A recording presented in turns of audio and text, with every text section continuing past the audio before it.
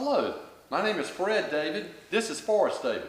We're co-authors of this strategic management textbook published by Prentice Hall. Thank you for joining us today. Thank you for studying strategic management. We'd like to spend about 3 minutes with you talking about the quantitative strategic planning matrix. It's in chapter 6 of the textbook. We invite you to visit the author website given right here. We'd like to talk about how to develop and how to deliver the quantitative strategic planning as a part of a case analysis presentation. Forrest, what are a couple points about the QSPM with regard to how to develop it? Okay, before I answer the question, let me first say, if you're using the student template, the EFE and the IFE, all the weights and strengths and opportunities transfer automatically down into the QSPM. So now your job from this point is to identify 2 strategies to determine which one is most attractive. And these strategies should come from your SO, WO, ST, and WT strategies on the SWOT. And after determining those 2 strategies, we then rank them horizontally, row by row. So we look at our first strength, and we look at each strategy and decide which strategy will help us capitalize on that strength the most.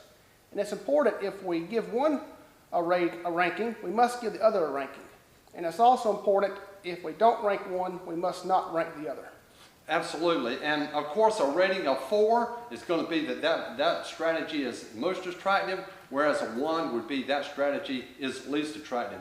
So go as far as said, work row by row through the QSPM until you reach your sum total attractiveness score at the bottom, and that gives you some indication of how attractive one strategy is as opposed to another.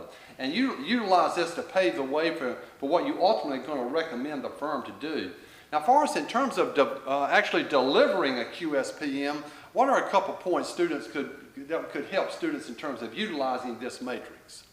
Well, the QSPM's whole goal is to determine which of your 2 strategies is the most attractive, based on the QSPM total score. Many students oftentimes will blindly just pick this score and go with that as their main recommendation. But one talking point could be, once you finish a QSPM, you could enter both of the QSPM strategies into your recommendations, mention to the audience, hey, strategy 2 was most attractive, but we may not be able to do that right now based on the financial condition of the firm, but we look forward to doing that in the future. Absolutely. And in terms of delivery, don't feel compelled to go through every row of the QSPM. When you highlight special rows that are especially meaningful and insightful in terms of what your team is going to be recommending. So therefore, utilize the QSPM as a tool in the strategic planning process, being widely used by businesses. Thank you for joining Forrest and I for just a few minutes here on Chapter 6, talking about the QSPM. We look forward to seeing you again soon on another segment.